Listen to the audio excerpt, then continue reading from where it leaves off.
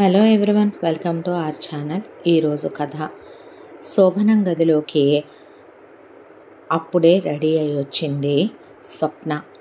వచ్చి రాగానే డోర్ వేసి స్వప్న చేతిలో ఉన్న పాల గ్లాస్ తీసుకుని మధు లోపలికి రా స్వప్న అన్నాడు. అన్న తరువాత ఆ పాల గ్లాస్ అందుకొని పక్కన పెట్టి కూర్చో స్వప్న అన్నాడు. కూర్చుందే. చూడు స్వప్న, మీ అక్కతో నాకున్న జ్ఞాపకాలు ఒక రోజు కాదు, ఒక నెల కాదు, ఒక సంవత్సరం కాదు. మా ఇద్దరి బంధం ఎలాంటిదో నీకు తెలియంది కాదో. జరిగిన విషయంలో నుంచి నేను బయటికి రాలేదో. నాకు కొంత టైం పడుతుంది మొర్రో అని బ్రతిమిలాడినా మీ అమ్మ నాన్న నేను చెప్పిన మాట వినకుండా నిన్నిచ్చి నాకు చాలా ఫాస్ట్గా పెళ్లి చేసేశారు. ఒకవైపున నేను గడిచిపోయిన గతంలో నుంచి, గతం తాలూకా జ్ఞాపకంలో నుంచి ఇంకా బయటికి రాలేదో. నాకు టైం కావాలి, తప్పుగా అనుకోకు. అలాగని నేను ఆ జ్ఞాపకాల్లోనే శాశ్వతంగా ఉండిపోతాను, నీకు అన్యాయం చేస్తాను అని చెప్పను. కానీ ముందు కొన్నాళ్ల పాటు నా మనసుని నేను సర్ది చెప్పుకుంటూ మార్చుకోవాలి. ఆ తర్వాత మిగతా విషయాల గురించి ఆలోచిద్దామా అన్నాడు మధు.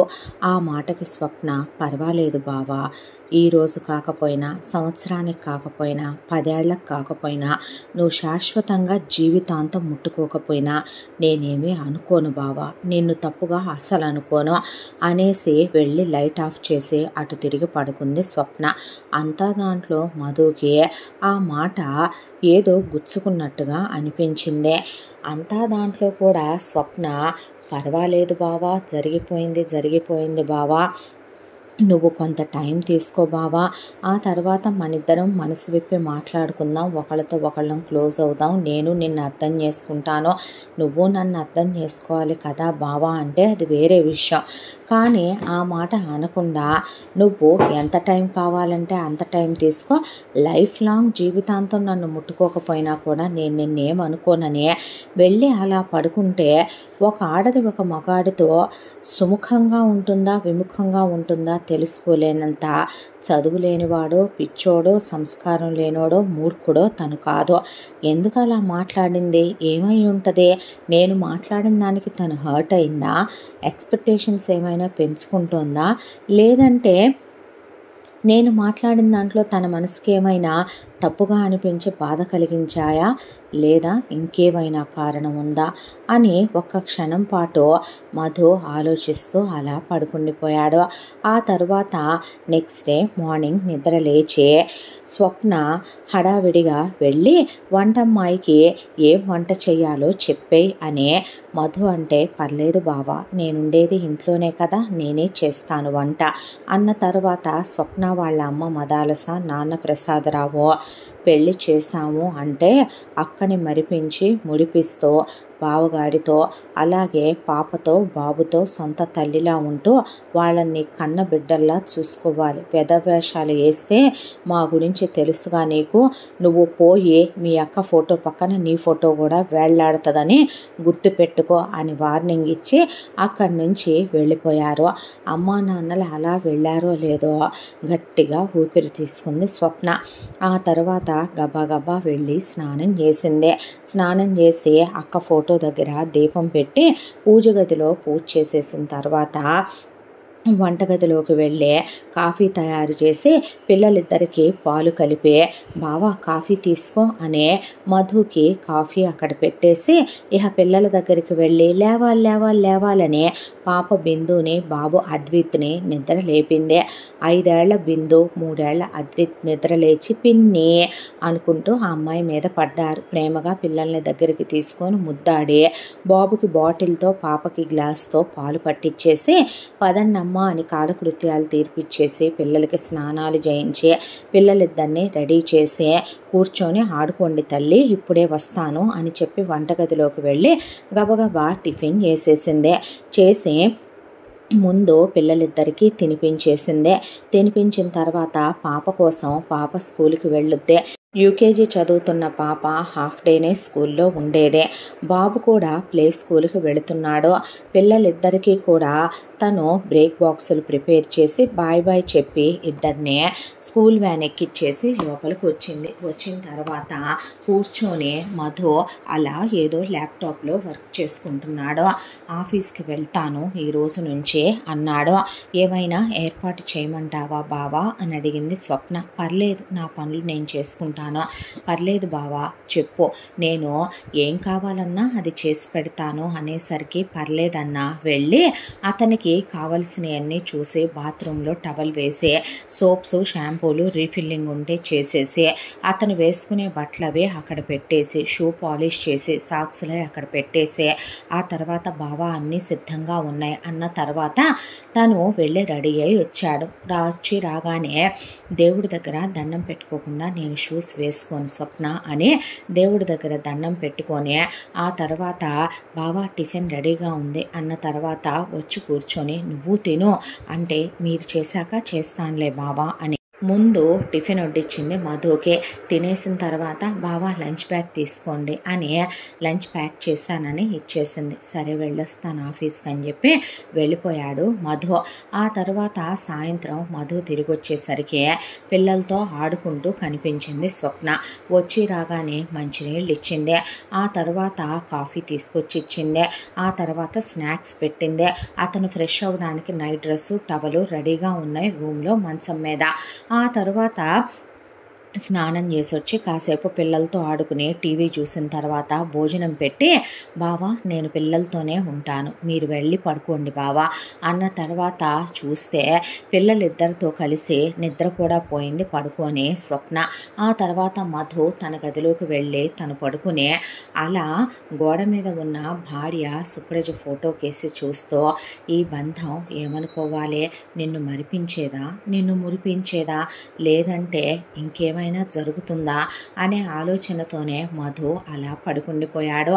ఆ తర్వాత నుంచి స్వప్న ఉదయాన్నే లేస్తుంది, ఇంటి పనులన్నీ చూసుకుంటుంది, పూజా పునస్కారాలు చేస్తుంది. చనిపోయిన సుప్రజ ఫోటో దగ్గర ఏ రోజు పూలదండ వాడనివ్వదు, ఏ రోజు దీపం పెట్టకుండా ఉండదు. పిల్లల్ని చాలా ప్రేమగా దగ్గరికి తీసుకుంటుంది. పిల్లల్ని సొంత తల్లిలాగానే చనిపోయిన సుప్రజ చూసుకున్నట్టే చూసుకుంటుంది. పిల్లలకి తినిపిస్తుంది, ఆడుకుంటుంది, నవ్విస్తుంది, వాళ్ళతోనే ఉంటుంది. మధు ఏమైనా కావాలా అని అడిగితే సరుకులు ఆర్డర్ పెట్టేశాను బావా, కూరగాయలు ఆర్డర్ పెట్టేశాను, హాల్లో సెంటర్ టేబుల్ మీద నేను ఎంత ఖర్చు అయిందో కూడా రాసి పెట్టానంటే పర్లేదు అంటే లేదులే బావా రాసి ఉంచితే లెక్కలు తేడా రాకుండా ఉంటాయిగా అనేస్తుంది. బయటికి వెళదాం ఏమైనా కొనుక్కుంటావా అంటే వద్దు బావా నాకు కావలసినవి అన్నీ ఉన్నాయి, ఏదైనా కావాలంటే నేను ఆర్డర్ చేసుకుంటానులే ఆన్లైన్లో అంటది. మధుతో స్వప్న క్లోజ్ అవ్వట్లేదు. నిజం చెప్పాలంటే ఎప్పుడైనా మధు టవల్ కట్టుకొని వచ్చినా మధు షర్ట్ లేకుండా ఉన్నా తల వంచుకొని ఐఎమ్ సారీ బావా అని తలుపు లాగేసి పక్కకు వెళ్ళిపోద్దే. ఎప్పుడైనా కలిసి తిందామన్నా లేదా కలిసి కాఫీ తాగుదామన్నా మీరు చేసేయండి బావా నేను తర్వాత చేస్తాను పనుందని అక్కడి నుంచి వెళ్ళిపోద్దే. తన మరదలు తనతో విముఖంగా ఉంటుందా, దూరం పెట్టేస్తుందా, లేకపోతే తను ఆమె అలా ఉంటుందని అనుకుంటున్నాడా అర్థం కాలేదు మధుకే. అంతా దాంట్లో రోజులు గడిచిపోతూ వీళ్ళ పెళ్ళయ్యి 3 నెలల కాలం గడిచిపోయింది. ఒక రోజున ఆఫీసులో కూర్చుని మధు వర్క్ చేసుకుంటుంటే ఎలా ఉన్నావు మావా అనుకుంటూ తన చిన్ననాటి ప్రాణ స్నేహితుడైన మిత్రుడు విజయ్ వచ్చి పలకరించేసరికి రే ఏంట్రా ఏమైపోయావు అసలు అనేసరికి ఏముంది అయిపోవటానికే, నువ్వెలా ఉన్నావు అన్న తర్వాత తెలుసుగా నీకు నా వైఫ్ సుప్రజ ఎక్స్పైర్ అయిందని.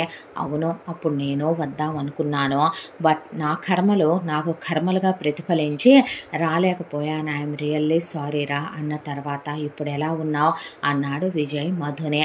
ఎలా ఉండేదేముంది, తను చనిపోయిందే. ఆ తర్వాత నా మరదల్ని పెళ్లి చేసుకున్నాను. ఇప్పుడు తనే పిల్లల్ని సొంత పిల్లలుగా చూసుకుంటోంది. ప్రస్తుతానికి ఇలా రోజులు గడిచిపోతున్నాయి. పోనీలే, నువ్వు తన్ని చేసుకోవటమే కరెక్టేమో. బయట వాళ్ళు వచ్చినా నీ పిల్లల్ని వాళ్ళ పిల్లల్లా చూస్తారా అనే గ్యారంటీ ఎటూ లేదు. తనైతే నిజంగానే వాళ్ళ అక్క పిల్లలు కాబట్టి తన పిల్లల్లా చూసే ఛాన్స్ ఉంది కదా. చచ్చా, తను చాలా మంచిదే. వాళ్ళ అక్కలానే ఉంటుంది. నిజం చెప్పాలంటే చూడటానికి అక్క చెల్లెళ్ళు ఎంత అందంగా ఉంటారో మనసు కూడా అంతే ఉంటుంది. తను చాలా మంచి పిల్ల. నేనే సుప్రజ పోయిన వాటిల్లో నుంచి బయటికి రాలేకపోతున్నాను అన్నాడు మధు. కాలం ఎలాంటి గాయాన్నైనా మారుస్తుందిరా అన్న తర్వాత, ఇంతకీ నువ్వేంటి ఇలా దారి తప్పొచ్చావు అన్నాడు మధు విజయ్నే.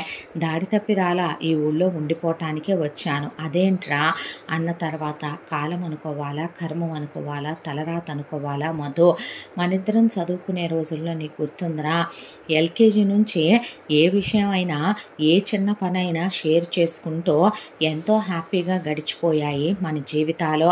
నీకు అన్నదమ్ముళ్ళు అక్క చెల్లెళ్ళు లేరు, కానీ నాకు నా తమ్ముడు అజయ్ గాడు ఉన్నాడు కదా. చిన్నప్పటి నుంచి వాడు నాకన్నా 5 సంవత్సరాలు చిన్నోడైనా చాలా ప్రేమగా వాడిని అన్నలా కాదు ఒక నాన్నలా ఫీల్ అయ్యి మరీ చూసుకునేవాడిని నేను. ఆ తర్వాత కాలచక్ర ప్రవాహంలో మనం పెరిగి పెద్దవాళ్ళమయ్యే కరెక్ట్గా నువ్వు చదువు కంప్లీట్ అయ్యి ఇంటికి వెళ్ళి మీ అమ్మా నాన్న చనిపోయారని నాకు ఫోన్ చేశావు. నేను బయలుదేరి వద్దామని మా అమ్మా నాన్న బయటికి వెళ్ళారు, వచ్చాక చెప్దామని వెయిట్ చేస్తూ ఉండగా యాక్సిడెంట్ అయి మా అమ్మా నాన్న శవాలుగా వచ్చారు. ఆ తర్వాత నువ్వు అనాథగా, నేను అనాథగా మిగిలిపోయాం.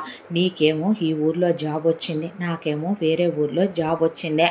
ఆ తర్వాత మంచి అమ్మాయే, నా ఆఫీస్కే నా భార్య నా కింద ఎంప్లాయీగా వచ్చింది. చాలా మంచిదే. తన్ని నేను పెళ్లి చేసుకున్నాను, నువ్వు నీ భార్యను పెళ్లి చేసుకున్నావు. ఆ తర్వాత నా తమ్ముణ్ణే నా కొడుకు అనుకొని నేను వాడిని ప్రాణం ఒక ఎత్తుగా చూసుకుంటుంటే, ఇక నా భార్య అయితే గనక నా తమ్ముణ్ణే అసలు మరిదిలా కాదు సొంత కొడుకు కన్నా ఎక్కువగా చూసే, చివరికి నీకు ఒక విషయం చెప్పనా, నువ్వు 2 పిల్లల్ని కన్నావా, నేను ఒక్కడనే కన్నానురా కొడుకునే. ఇంకో కొడుకు నా మరిది ఉన్నాడు కదండి, వాడే నా పెద్ద కొడుకు అనేసింది నా భార్య. ఆ తర్వాత తను ప్రెగ్నెంట్ అయినప్పుడు కొన్ని కాంప్లికేషన్స్ వచ్చినాయి. ఆ తర్వాత బాబుని చూసుకోవాలని తన జాబ్ మానేసింది. మాది సెటిల్డ్ ఫ్యామిలీయే, మీలాగే స్థిరచరాస్తులు అవి బాగానే ఉన్నాయి. ఉంది నేను తమ్ముడే. నాకు చాలా పెద్ద ఉద్యోగం, నాకేమీ తినటానికి ఉండటానికి లోటు లేదురా. వచ్చిన బాధల్లా నా తమ్ముణ్ణే ఇదే ఊరికి నేను వాడి ఎడ్యుకేషన్ కోసమని పంపించాను. చదువుకోవటానికని వచ్చిన వాడు ఒక అమ్మాయిని చాలా డీప్గా ఇక్కడ లవ్ చేశాడంట. ఆ తర్వాత కారణాలు ఏమైనప్పటికీ ఆ అమ్మాయి వాడు విడిపోయారు. ఆ కారణాలు ఏంటనేవి వాడు చెప్పడు. పోనీ ఆ అమ్మాయి వెళ్ళిపోయిందిగా, నువ్వు ఆ అమ్మాయిని మర్చిపోరా అంటే, తనేమీ నాకు ద్రోహం చేయలేదు, నేను మర్చిపోవటానికి, తను నన్ను మోసం చేయలేదు, నేను మర్చిపోవటానికే, తను నన్ను మర్చిపోయే మనిషి కాదు, నేను తన్ను మర్చిపోవటానికంటే పిచ్చి పట్టిందా నీకు, నిన్ను వద్దనుకున్న దాంతో ఏంట్రా ఈ వెర్రివాగుడు అనేసరికి నా మీద కొట్టడానికనే మీదకొచ్చి తనేదో క్యారెక్టర్లెస్ అయిందన్నట్టు నోరుకొచ్చినట్టు మాట్లాడకన్నయ్య అని చెప్పి మేము రమ్మనమన్నా నేనుండే ఊరికి రానని, వాడికి పెద్ద ఎంఎన్సి కంపెనీలో ₹1,00,000 ఉద్యోగం వచ్చింది. ఆ ఉద్యోగం కూడా కాదని, ఇదే ఊళ్ళో ఆ అమ్మాయితో కలిసి తిరిగానని, ఆ అమ్మాయితో కలిసి తనకి ఎన్నో మెమరీస్ ఉన్నాయని, ఆ మెమరీస్తో అయినా బ్రతుకుతానని ఇక్కడే తగలడ్డాడు. పోనీ డబ్బులు పంపించడం మొదలుపెట్టాము. పంపిస్తే వాడు తాగుడికి, సిగరెట్లకి, ఇక చెప్పటం ఎందుకులే, చచ్చిపోయేంత టాక్సిక్ అయ్యేంత తాగటం మొదలుపెట్టాడు.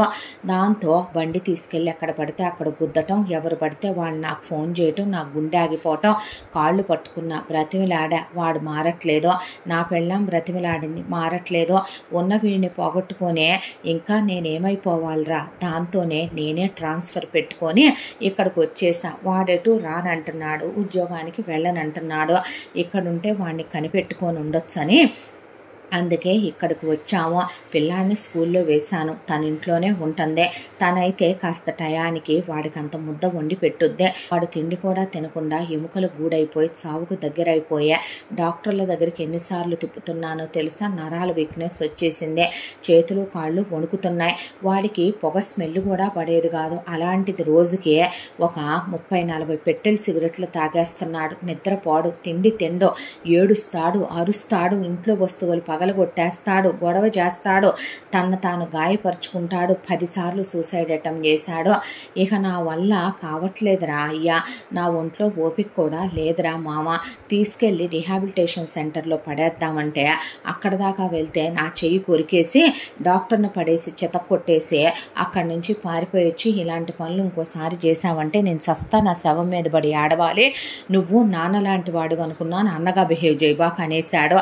మా ఆవిడ పిచ్చి పిచ్చి పనులు చేయబాకు విజయ్, నువ్వు వాడికి ఏమైనా అయిందంటే నేను పిల్లాడు ఉండవనే పాటికి ఎవడికి వాడే నన్ను బ్లాక్మెయిల్ చేసేస్తున్నారు మా ఫ్యామిలీలో తెలుసారా అనేశాడు విజయ్. మారతాళ్లే, చెప్పి చూద్దాం, వచ్చి ఎన్నాళ్ళయిందే, వారమేరా బాబు, ఎన్నాళ్ళు ఎక్కడైంది, వచ్చి రాగానే ముందు ఇంట్లోకి రావటం, సామాన్లు సర్దుకోవటం, గ్యాస్ కనెక్షన్లు, ఈ ఆడోళ్ళు పని చేయరుగా, రాగానే మళ్ళీ పిల్లాడికి స్కూల్ ఎత్తుక్కోవటం, ఇవన్నీ తగలడతాయి కదరా బాబు, అవన్నీ చూసుకున్నాక నువ్వు చాలా వచ్చావురా, ప్రాణం ఉండబట్టలేక ముందు నిన్ను చూడాలనిపించి నీ దగ్గరకు వచ్చేసాను అని చెప్పాడు విజయ్. చెప్పిన తర్వాత మధు ఇలా అయిపోయాడు విజయ్ తమ్ముడు అజయ్ అని చాలా బాధపడ్డాడు. ఆ తర్వాత ఎటు ఈవినింగ్ అయిపోయింది, పద ఇంటికి వెళ్దామని చెప్పి మధు విజయ్ని తీసుకొని ఇంటి దగ్గరకు వచ్చాడు.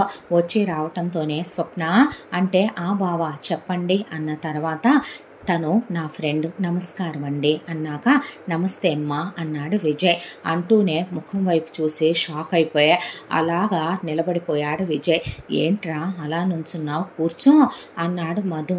కూర్చుంటానన్నాక తనే నా వైఫ్ సిస్టరు స్వప్న అన్న తర్వాత ఆహా అన్నాక వెళ్ళి స్నాక్స్ను కాఫీ పంపించు, అలాగే బావా అని లోపలికి వెళ్ళిపోయి తీసుకొచ్చి ట్రే అక్కడ పెట్టి తీసుకోండి అంది స్వప్న. అన్న తర్వాత బావా పిల్లలు వచ్చారు చూసుకుంటాను నేను అంటే సరే అన్నాక ఏంట్రా బెగదీసిపోయి అలా కూర్చున్నావు, స్నాక్స్ తీసుకో, తను వంట చాలా బాగా చేస్తుంది, చాలా మంచిది కూడాను, కాఫీ చాలా బాగా పెడుతుంది, అచ్చం వాళ్ళక్కలాగే, తాగు అన్నాడు మధు. అన్నాక ఇంకా నేను వెళ్తానురా అన్నాడు విజయ్.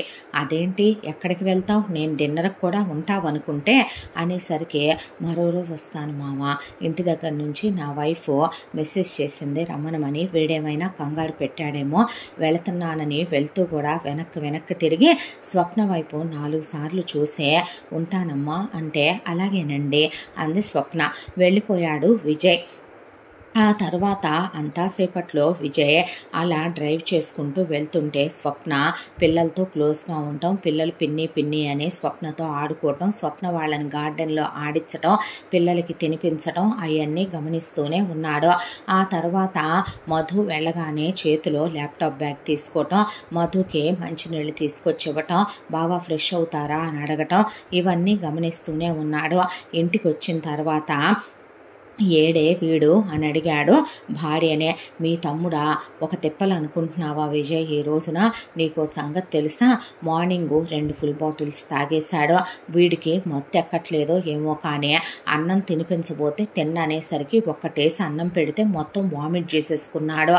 తను లేని లైఫ్ నాకు వద్దని బ్లేడు పెట్టి ఏళ్ళు కోసేసుకొని ఆ గోడల నిండా చూసావా బ్లడ్ మార్క్స్తో ఎలా తన పేరు రాస్తూ కూర్చున్నాడో చూడు అనేసరికి ఏడువాడు ముందు లేనువ్వు అన్న తర్వాత గదిలో వేసి తాళం పెట్టేశాను అని చెప్పింది విజయ్ భార్య. ఆ తాళాలు ఇటివ్వని తాళం తీసి తమ్ముడిని బయటికి లాక్కొచ్చాడు విజయ్. లాక్కొచ్చిన తర్వాత నీకేమైనా పిచ్చి పట్టిందా, తెక్కెక్కిందా అనే తమ్ముడు ఏళ్ళు పట్టుకొని ఫస్ట్ ఎయిడ్ చేసి బ్యాండేడ్ వేస్తూ నువ్వు నీ అనుకున్న స్వప్న ఇప్పుడు వేరే వాళ్ళ భార్యరా. ఎవరి భార్యో తెలుసా, నా ప్రాణ స్నేహితుడు, నా చిన్ననాటి స్నేహితుడు మధు భార్య.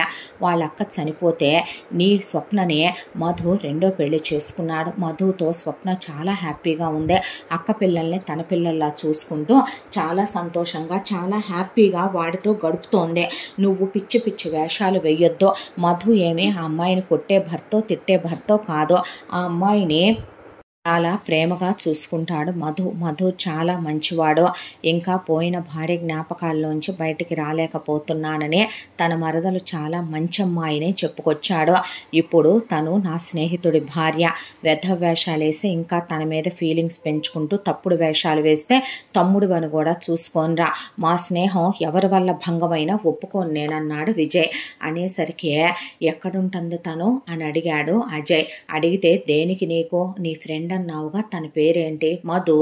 ఎక్కడుంటాడు ఆయన?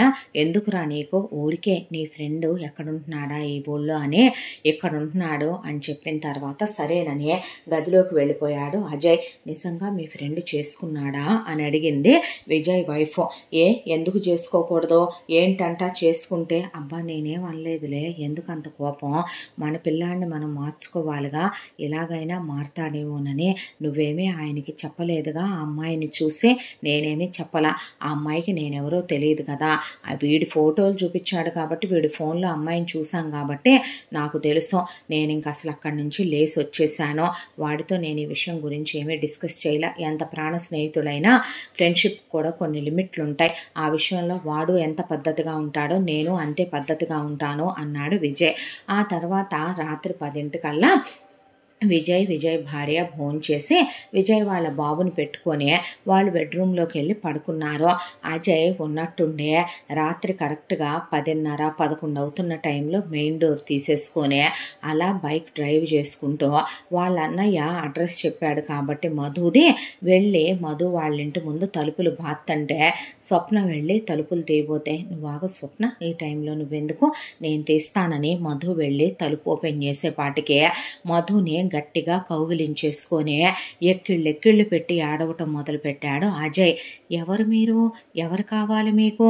విజయ్ తెలుసు కదా, నేను విజయ్ వాళ్ళ తమ్ముణ్ణే, మీ ఫ్రెండే కదా మా అన్నయ్య అన్న తర్వాత దాదా అని లోపలికి రమ్మన్న తర్వాత అజయ్ వైపు చూస్తూ స్వప్న అలా నిలువు గుడ్లేసుకొని నిలబడిపోతే స్వప్న వైపు చూస్తున్న అజయ్, మీరు మా అన్నయ్యకి ఫ్రెండ్ అంటే నాకు అన్నయ్యే కదో, ఎవరు కాదన్నారు, నీకు అన్నయ్యనే, అయితే నేను మిమ్మల్ని ఒకటి అడగొచ్చా, నేను అడిగింది ఇస్తారా అనేసరికి అజయ్ని చూస్తే మధుకి జాలేసిందే. షర్టు ఓవర్ లూజ్ అయిపోయి ఎముకలు గూడైపోయి కళ్ళ చుట్టూ నల్లగైపోయి పిచ్చోళ్ళ గడ్డాలు పెరిగిపోయి తలంతా తలకట్టు పెరిగిపోయి పిచ్చోళ్ళలాగా ఉన్నాడు. ముందు నువ్వు రా కూర్చుందుగాని అజయ్ అంటే, లేదన్నా మిమ్మల్ని నేను ఒక విషయం అడగనా అంటే చెప్పు అన్న తర్వాత, నేను స్వప్నని ప్రాణానికి ప్రాణంలా ప్రేమించాను, నా స్వప్నని నాకు ఇచ్చేయరా అంటే, ఏం మాట్లాడుతున్నావు నువ్వు అన్న తర్వాత, నిజమన్నా తను తప్పేమీ లేదో, మిమ్మల్ని పెళ్లి చేసుకోవటం వెనక వాళ్ళ అమ్మ నాన్న శాడిస్టులు కదా, వాళ్ళదే ఒత్తిడి ఉందన్నా, తను నాకు ఇచ్చేవా అన్నా, తను లేకపోతే నేను బ్రతకలేకపోతున్నాను, చచ్చిపోతానన్నా, నీ కాళ్ళు పట్టుకుంటానన్నా, తను నేను ఇష్టంగా పెళ్లి చేసుకొని ఉండదన్నా, తను లేకుండా నేను బ్రతకలేనన్నా. అన్నా నీకో విషయం తెలుసా, నేను ఈ ఊరు వచ్చిన తర్వాత ఫస్ట్ టైం తన కాలేజీలో చూసినప్పుడే నేను తన ప్రాణం కన్నా ఎక్కువగా లవ్ చేశానన్నా. ఆ తర్వాత ఇద్దరం చాలా డీప్గా లవ్ చేసుకున్నాం. నాకు క్యాంపస్ ప్లేస్మెంట్లో చాలా పెద్ద జాబ్ వచ్చింది. ఉన్నట్టుండి సడన్గా తన నా లైఫ్లో నుంచి వెళ్ళిపోయిందంటే తన మీద వాళ్ళ అమ్మ నాన్న పెద్ద సైకోలు, శాడిస్ట్లో, వాళ్ళ ప్రెషర్ ఎంత ఉంటుందో నాకు తెలుసు. నా స్వప్న నన్ను మోసం చేయదని తెలుసు. దాంతోనే తను మర్చిపోలేక నేను జాబ్కి వెళ్లకుండా ఇలా అయిపోయాను.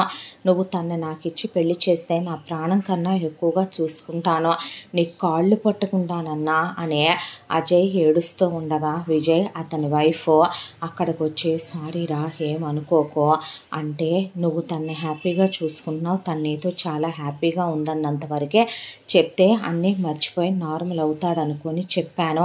ఐఎమ్ రియల్లీ సారీ, ఇలా వస్తాడని అనుకోలేదు, ఏమీ అనుకోకండి అని విజయ్ వైఫ్, మీకన్నా చిన్నోడు మీ తమ్ముళ్ళు లాంటోడు, వీఆర్ రియల్లీ సారీ అంటూ ఉండగా, లేరా పిచ్చి పట్టిందా నీకు, ఇలా ఒకళ్ళ ఇంటికి వచ్చి ఇలా బిహేవ్ చేయకూడదు, తప్పు కాదు, వాడు నా బెస్ట్ ఫ్రెండ్ కాబట్టి తప్పుగా అనుకోవట్లేదు, అదే పెళ్ళైన అమ్మాయి ఇంటికి వెళ్ళి ఇలా మాట్లాడితే ఇంకొకళ్ళు ఏమంటారు, కొడతాను అజయ్ నిన్ను, లే అంటే నేను రానని అజయ్ అలా మధు కాళ్ళు పట్టుకొని ఊపేస్తూ ఉండగా ఒక్కసారిగా మధు తన గతంలోకి అలా వెళ్ళిపోయాడు. మధుకి చదువు అయిపోయి ఉద్యోగం వచ్చిందన్న ఆనందంలో ఉండగా మధు వాళ్ళ అమ్మా నాన్న సడన్గా పెద్ద యాక్సిడెంట్కి గురై చనిపోయారు. మధు వాళ్ళు చాలా సెటిల్డ్ ఫ్యామిలీ, బాగా డబ్బున్న కుటుంబం. మధు అమ్మా నాన్నలకి పుట్టిన ఒక్కగానొక్క కొడుకు.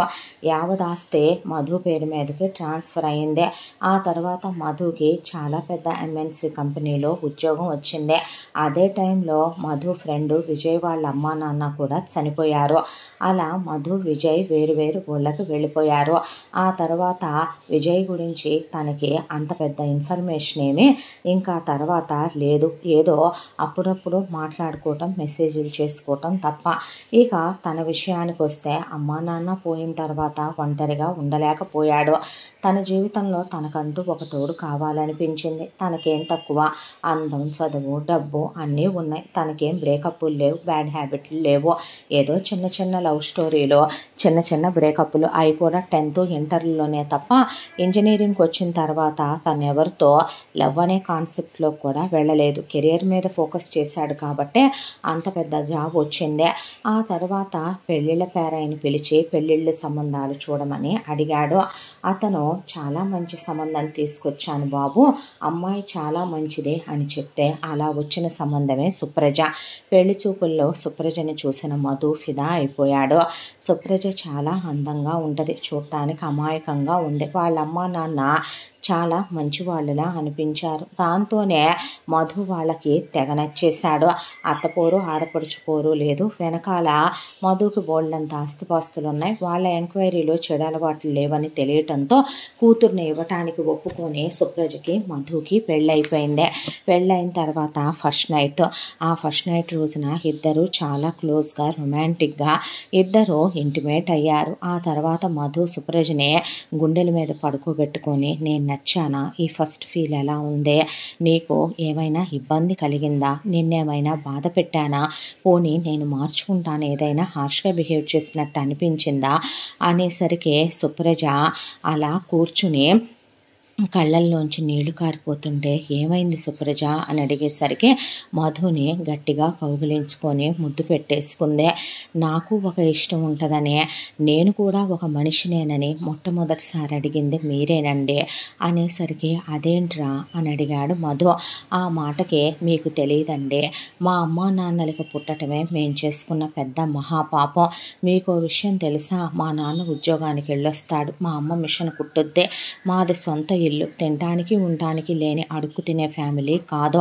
ఆడపిల్లలుగా పుట్టటమే మేము చేసుకున్న కర్మ శాపం అన్నట్టుగా మా అమ్మ నాన్న నిజం చెప్పాలంటే అంత శాసనాలు, ఏదో నియమాలు నిబంధనలు రచించినట్టు చిన్నప్పటి నుంచే మేమే తిండి తినాలి, ఏ చదువు చదవాలి, ఎవరితో ఫ్రెండ్షిప్ చేయాలి, మేము చివరికి ఎలా కూర్చోవాలి, నుంచోవాలి, మేము వాష్రూమ్కి వెళ్తే వాష్రూమ్లో ఎంతసేపు ఉండాలి, మేము ఏ స్కూల్లో ఏ కాలేజీల్లో ఏం చదువుకోవాలి, వాళ్ళు చెప్పినన్ని మార్కులు తెచ్చుకోకపోతే చావగొట్టేసే, వాళ్ళు చెప్పినట్టు వినకపోతే తాటలు ఊడిపోయేటట్టు కొట్టే, వాటిని క్రమశిక్షణలు అనే పేరుతో, తల్లిదండ్రుల భయం ఉండాలనే పేరుతో నరకం అంటే ఎలా ఉంటుందో చూపించారు. నా దృష్టిలో నా తల్లిదండ్రులు ఎప్పుడో చచ్చారో, వాళ్ళంటేనే అసహ్యం అండి. నిజం చెప్పాలంటే ఎంత భయమో తెలుసా. చూసారా, మీరు నా భర్తే కదా, మీతో నేను ఒంటి మీద నూలుపోగు లేకుండా కలిశానుగా, నా ఒళ్ళంతా ఆ వాతలేంటి దెబ్బలేంటని మీకు అర్థం కాలేదా, అవన్నీ మా అమ్మ పెట్టిన వాతలు, అవన్నీ మా నాన్న కొట్టిన దెబ్బలు.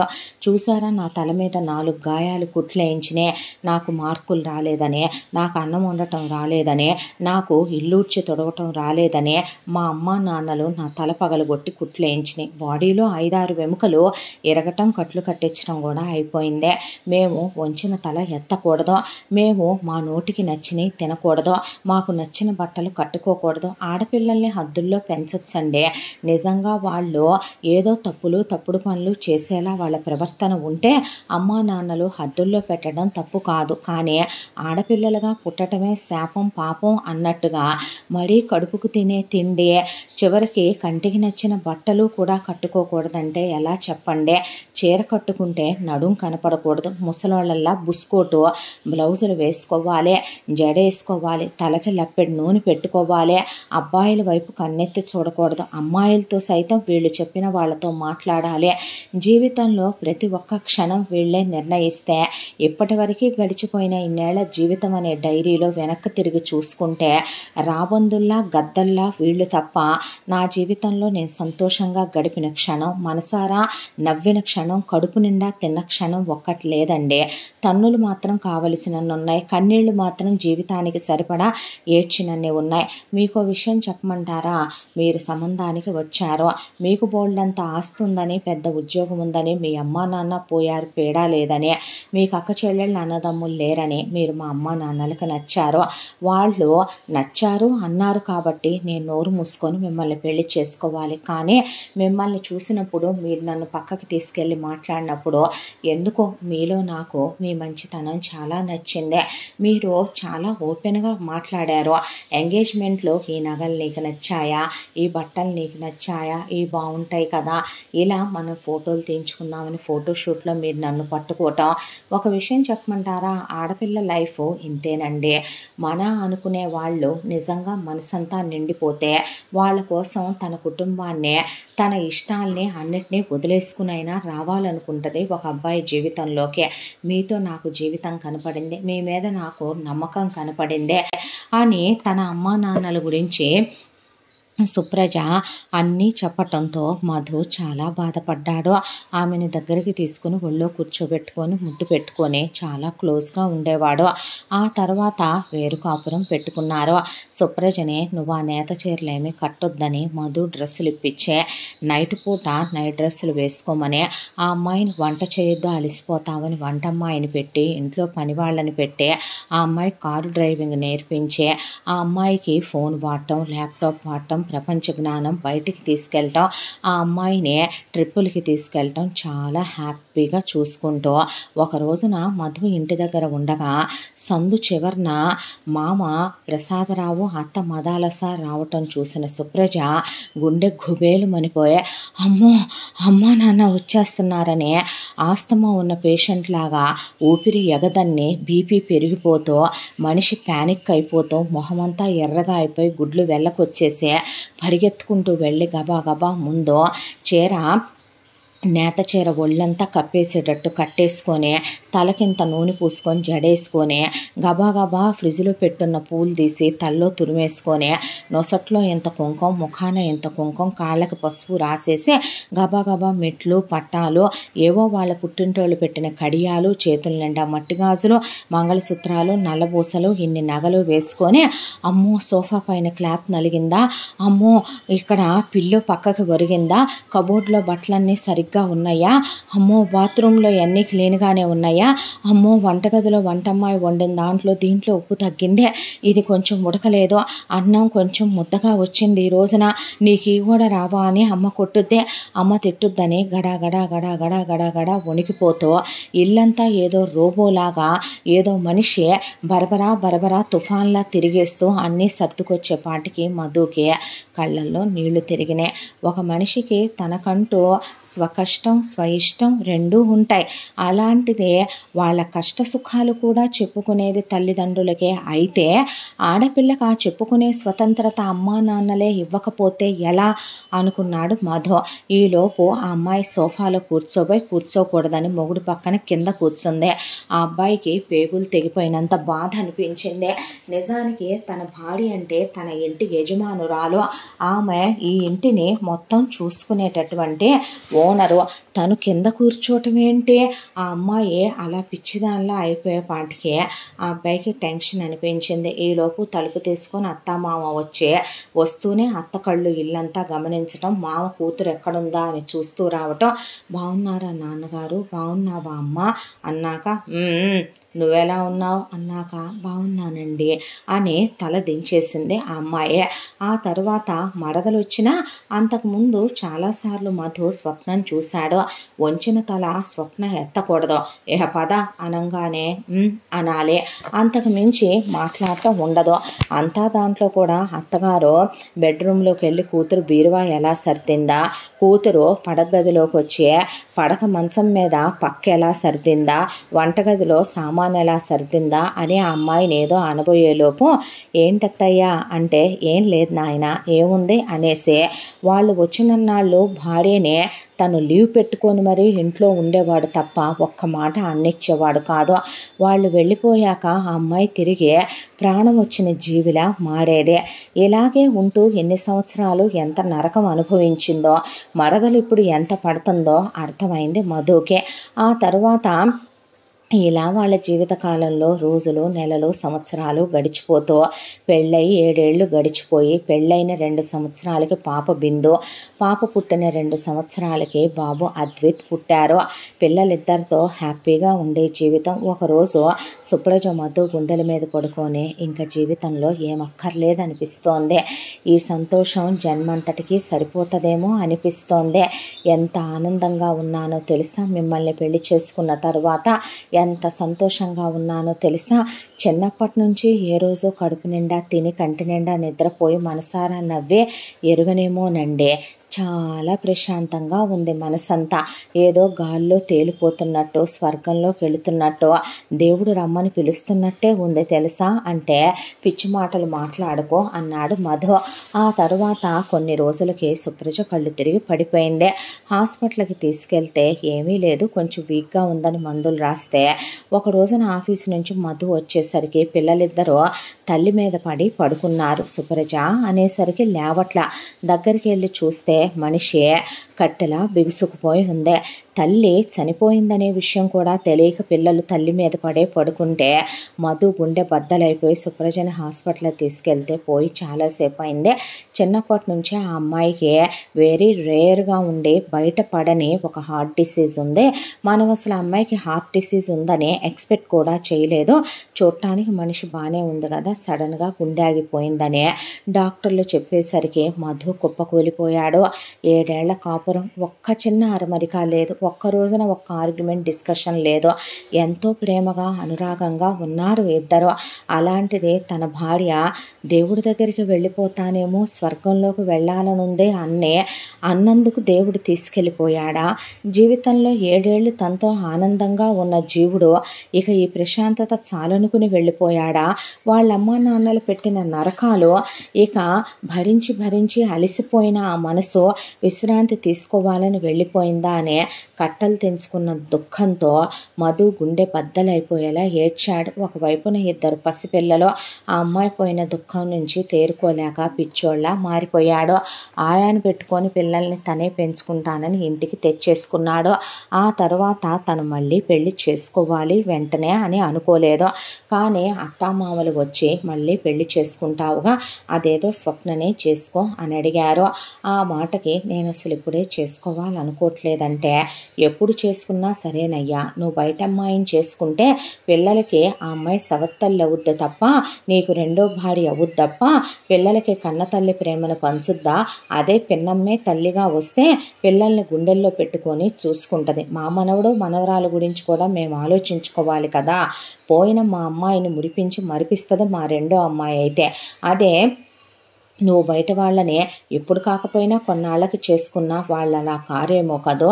మా మాట విను బాబు, నువ్వు ఎవరూ లేకుండా ఇలా ఒంటరిగా ఉండటం మంచిది కాదు, నీ వయసుకి మంచిది కాదు, ఈ ఇంటికి మంచిది కాదు. పిల్లలకి తల్లి అవసరం ఉంది.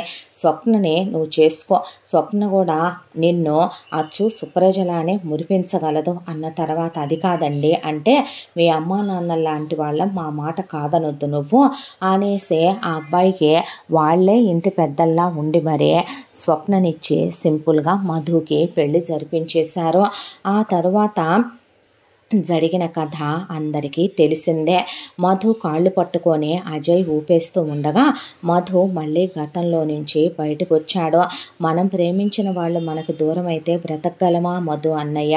చెప్పు అన్నా, నువ్వైనా సరే. తను నన్ను ఎంత ప్రేమించిందో తెలుసా అన్న అనేసరికి మధుకి విషయం అర్థమైందే. స్వప్న దగ్గరికి ఒక్క నిమిషం అనే అజయ్ని లేపి సోఫాలో కూర్చోబెట్టి స్వప్న దగ్గరకు వచ్చి, నాతో నువ్వు లైఫ్ లాంగ్ హ్యాపీగా ఒంటి మీద చేయించుకుంటూ కాపురం చేయగలవా అంటే తల అడ్డంగా ఊపింది. అజయ్ని ప్రేమించావా నువ్వు అంటే అవునన్నట్టు తల నిలువుగా ఊపింది. మీ అమ్మా నాన్నలకి ఈ విషయం చెప్పావా స్వప్న? కొడతారని తెలిసి కూడా చెప్పాను బావా. చెప్పిన తర్వాత కూడా చావగొట్టారు తప్ప వాళ్ళు ఎప్పుడు మమ్మల్ని అర్థం చేసుకున్నారో, ఎప్పుడో చచ్చిన వాళ్ళకి బ్రతుకున్న మేము కన్న తల్లిదండ్రులు కాబట్టి విలువ ఇవ్వాలిగా బావా. మేము ఎదురు చెప్తే వాళ్ళు ఊరుకోరుగా బావా. దాంతోనే ఈ పెళ్లి చేసుకున్నానంటావా? జీవితాంతం నువ్వు మనసులో అజయ్ని పెట్టుకొని శరీరాన్ని నాకిచ్చి నువ్వు నాలో తన్న చూసుకుంటూ కాపురం చేస్తే అది సంసారమా వ్యభిచారమా స్వప్న? తప్పు కాదు అలా చేయటం. ముందు నీ మెళ్ళో ఉన్న తాళి తీసి ఇటిచ్చేయి అన్నాక బావా అంది స్వప్న. మీ అమ్మా నాన్నలు నిన్ను నాకిచ్చి పెళ్లి చేసిన తర్వాత నిన్ను ఎవరికిచ్చి కన్యాదానం చెయ్యాలన్నదే నా స్వవిషయం. తాళి ఎగతాళిగా మారిపోకూడదు. ఒక ఇద్దరు భార్యాభర్తలు కలిసి ఉండాలంటే ఆ బంధం 100 ఏళ్ల పాటు వాళ్ళిద్దరూ ఒకే మాట మీద ఉండేదిగా, కలిసి జీవితాంతం నడక అలసిపోకుండా నడిసేదిగా ఉండాలి. అంతే తప్ప ఇలా మనసులో ఒకళ్ళతో జీవితం ఇంకొకళ్ళతో ప్రపంచం కోసం నెట్టుకు రాకూడదు. ఇచ్చేయి ఆ తాళి అన్నాక ఇచ్చే స్వప్న ప్లీజ్ అన్న తర్వాత తీసిచ్చేసిందే. ఆ తర్వాత మధు ఓ చెక్కు రాసి స్వప్న చేతిలో పెట్టాడు. వద్దు బావా, ఇది నేను ఇస్తున్నాను అనుకోకు, సుప్రజ ఇస్తోందనుకో, మీ అక్కయ్య నీ కోసం ఇస్తోందనుకొని తీసుకోమని తీసుకెళ్ళిపో అజయ్. తీసుకెళ్ళిపోయే దూరంగా పెళ్లి చేసేసుకొని కాపురం పెట్టుకో, ఉద్యోగం చెయ్యి, తన్ని చాలా బాగా చూసుకో. ఒక విషయం చెప్పనా, పోయిన నా భార్య మీద ఉన్న నా 2 బిడ్డల మీద ప్రమాణం చేసి చెప్తున్నాను, స్వప్నని నేను తాకను కూడా తాకలేదు. చాచా అన్నా, నాకు అసలు అలాంటి అనుమానమే లేదు నీ మీద. ఏం చేస్తున్నావురా నువ్వు అని విజయ్ అంటే, ఏం చేయమంటావు? ఒక విషయం చెప్పమంటావా?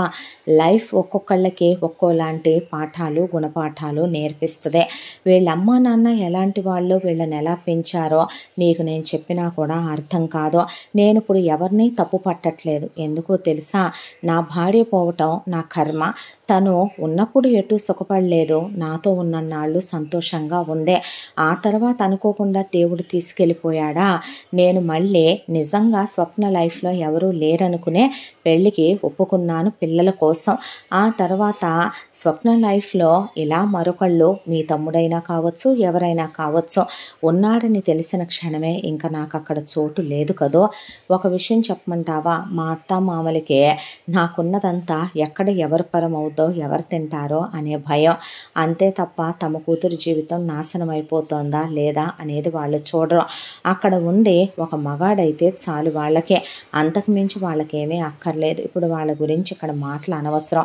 వాళ్ళు పెంచిన పెంపకంలో నా మరదలు నోరెత్తలేదంటే సిచ్యువేషన్లు ఎలా క్రియేట్ అయి ఉంటాయో, మా అత్త మామ స్వప్నని ఎలా కొట్టి తిట్టే ఈ పెళ్ళికి ఒప్పించి నాకు ఇచ్చి చేసి తన నోరు మూయించి ఉంటారో నాకు బాగా తెలుసు. అది నేను ఊహించగలను. నా పోయిన భార్య నాకు వాళ్ళ గురించి ఒక క్లారిటీ ఇచ్చిందే అని తీసుకెళ్ళిపోమ్మనమని చెప్పాడు మధు. ఆ తర్వాత విజయ్ కౌగిలించుకొని చాలా థ్యాంక్స్ అన్నాక అజయ్ స్వప్నం తీసుకొని దూరంగా వెళ్ళిపోయి తనకు వచ్చిన పెద్ద ఉద్యోగంలో జాయిన్ అయిపోయాడు. ఆ తర్వాత విజయ్ వైఫ్ వెళ్ళి స్వప్నకి అజయ్కి పెళ్లి చేసే ఫోటోలు పంపించారు. కంగ్రాచులేషన్స్ చెప్పాడు మధు. పిల్లల్ని చూసుకోవటానికి ఒక ఆయాని అపాయింట్ చేశాడు. ఈ విషయం తెలుసుకున్న మదాలస ప్రసాదరావు అక్కడికి వచ్చి, అసలు మేము నీకిచ్చి పెళ్లి చేస్తే దాన్ని వాడికిచ్చి పంపించటం ఏంటి? ఆ బజారుది సిగ్గు మానాభిమానాలు లేకుండా కట్టిన తాళిని, కట్టుకున్న మొగుడిని, కన్న బిడ్డల్లాంటి అక్క పిల్లల్ని వదిలేసి వాడితో లేచిపోయి కులుకుతుంటే చూస్తా ఊరుకుంటామా? ఆ కులతని పత్తితని వేసిని జుట్టు పట్టుకొని తీసుకొచ్చి దాన్ని ఇంకాపండి అత్తయ్య, ఇంకాపండి మావయ్య, అసలు మిమ్మల్ని అమ్మా నాన్నలు అంటారా? మీరెలాగండి ఆయన్ని పెళ్లి చేసుకొని ఆడపిల్లలకి తల్లయ్యారు? అసలు ఆడపిల్లలకి తల్లి అవ్వటం అంటే మహాలక్ష్ముల్లా వాళ్ళు పుట్టినప్పుడు వాళ్ళ మనసు మీరెలా అర్థం చేసుకోలేకపోయారో? తను చేసిందే తప్పు అయితే కనుక మీరు చేసిందే తప్పు కాదా? తను వేరే అబ్బాయిని ప్రేమించానని చెప్పినప్పుడు ఒకడికి మనసిచ్చిన అమ్మాయిని పెళ్లి చేసుకోవటం అంటే నేను వ్యభిచారం చేయటం కదో? అంటే మీ దృష్టిలో నా విలువ ఏంటండి? పోయిందే అదొక దరిద్రపు దయ్యి, అది అలా పోయి చచ్చిందే, ఉన్న ఇది సాధించుకు తింటుందే, ఇంకాపుతారా మీరు? పోయిన తను నా భార్య, నా ప్రాణం, నా సర్వస్వం. అది ఎప్పటికీ కూడాను నా మనసులో తన స్థానం మీకు నేను చెప్పినా కూడా అర్థం కాదు.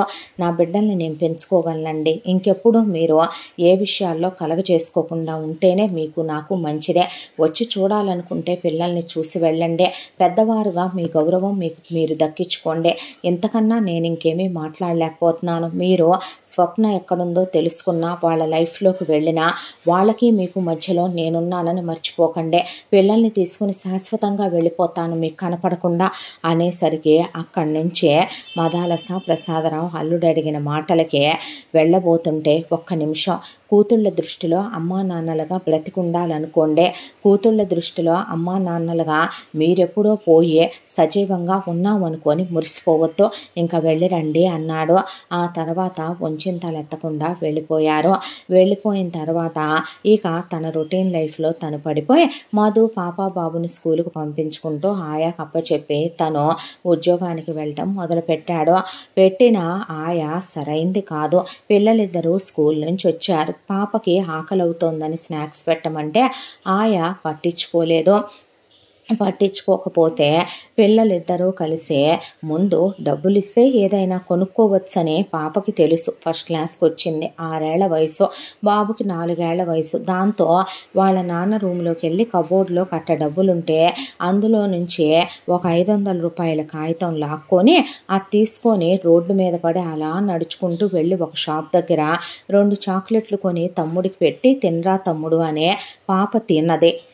ఇక ఇంటికి ఎలా వెళ్ళాలో దారి తెలియక పాప అలా కూర్చుని ఒళ్ళో తమ్ముడిని కూర్చోబెట్టుకొని రోడ్డు మీద మమ్మీ డాడీ అని వెక్కిళ్ళు పెట్టి ఏడుస్తూ ఉండగా ఎవరూ పట్టించుకోకపోతుంటే అట్నుంచి స్కూటీ వేసుకుని వెళుతున్న ఒక అమ్మాయి స్కూటీ ఆపి దగ్గరకు వచ్చి చూస్తే, నువ్వు బిందు కదమ్మా అంటే, అవును అన్నాక, నేను మీ మిస్ని తెలుసుగా నీకు, కొత్తగా వచ్చానంటే సంగీత మ్యామ్ అన్న తర్వాత, ఏంటమ్మా ఇక్కడ కూర్చునే అంటే, వీడు నా తమ్ముడు, స్నాక్స్ కొనుక్కోటానికని వచ్చాం, మా ఇల్లు తప్పిపోయింది మ్యామ్ అన్న తర్వాత, రామ్మా నాతో పాటు అని చెప్పి, ఆ చుట్టుపక్కల మీ ఇల్లు ఎక్కడంటే నాకు తెలియదని చెప్పింది పిల్ల. దాంతో మీ అమ్మా నాన్నలకి బుద్ధి జ్ఞానం లేదు, పిల్లల్ని అలా వదిలేస్తారా, పిల్లల్ని పట్టించుకునే పని లేదా అని ముందు స్కూటీ మీద వేసుకొని పిల్లల్ని స్కూల్ దగ్గరికి వెళ్ళి పాప ఫోన్ నెంబరు అడ్రస్ తీసుకుని పేరెంట్స్కి ఫోన్ చేస్తే, సుప్రజ చనిపోయింది, తన ఫోన్ స్విచ్ ఆఫ్లో ఉంది, మధు మీటింగ్లో ఉన్నాడు, ఫోన్ లిఫ్ట్ చేయలేదు. దాంతో ఆ అమ్మాయి ఇంటి అడ్రస్ తీసుకుని బయలుదేరేలోపు మధు ఇంటికి వచ్చి, పిల్లలేరి అన్నాడు ఆయానే. ఇక్కడే ఉండాలి అనేపాటికి నిన్ను ముక్కలు ముక్కలుగా నరికేసి పాతరేస్తా, నా పిల్లల్ని చూసుకోకుండా ఏం చేస్తున్నావే నువ్వు అని చెయ్యెత్తి కొట్టబోతూ ఉండగా, ఎక్స్క్యూజ్ మీ అని వెనక నుంచి గొంతెన పడేపాటికి వెనక్కి తిరిగాడు.